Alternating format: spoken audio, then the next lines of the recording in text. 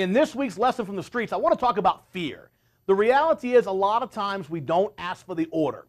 We allow the homeowner to take control of the entire process. Why? Because we're afraid. We're afraid we're going to offend somebody. We're afraid that they're going to get frustrated with us. We're afraid, I don't know what we're afraid of. The reality is you have to overcome your fear and you have to prosper in the face of that challenge. You have to thrive in the face of that fear. Take a look at this simple lesson.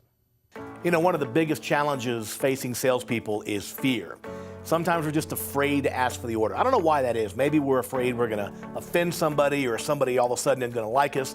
But the reality is if you're going to be successful in sales, you have to prosper in the face of that fear. You have to learn to ask for the order despite the fear. And listen, I know what it's like to be afraid with a customer. I know what fear is like.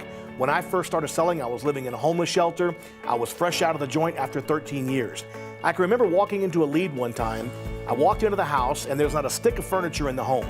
People had just bought the house and they were doing some home improvements and I was there to sell a new air conditioning system. Because there was no furniture in the house, the homeowner said, well, we'll just sit here on the living room floor. So we sat down on the living room floor and I did my presentation. And I spent 90 minutes tugging down on my pant leg, hoping the homeowners would not see the ankle bracelet that was on my ankle. The reality is I know what it's like to be afraid in a sales situation. I know what it's like to be full of fear. But you have to learn to ask for the order, will you trust me with this project, Mr. and Mrs. Customer? You have to learn to ask for the order despite the fear, in face of the fear.